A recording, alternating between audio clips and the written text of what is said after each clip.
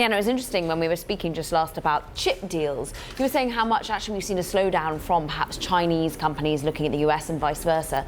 Is this going to be the theme? Are we going to see less international deals being done? Why is M&A under threat here? We're already seeing record lows of cross-border M&A this year, so there's definitely been an impact, even though we saw that $10 billion chip deal this week, a German-U.S. deal, but there certainly has been a drop-off in cross-border M&A.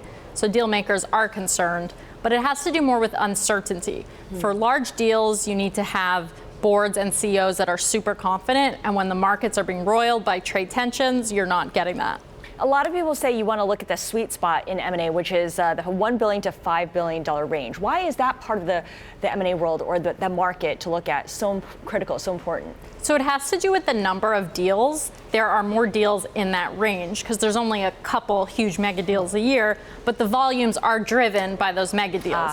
So some of our sources are concerned by that sweet spot, but globally we should really be still looking at these mega deals because those are the big headline grabbing ones where you need that confidence from CEOs and boards. There's some amazing statistics in your guys' story today, really showing how even though we've got record size of deals, you're actually seeing a 16% drop-off in overall global deal making.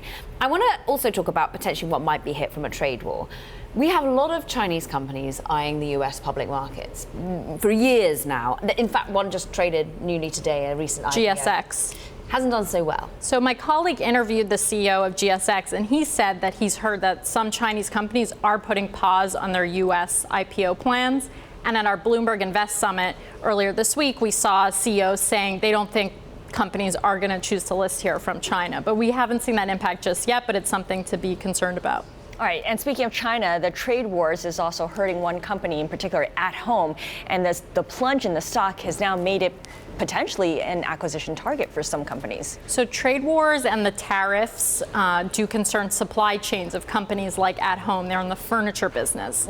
So supply chains are being analyzed by different companies. If they're paying more, they have to decide, do they raise prices for consumers or not?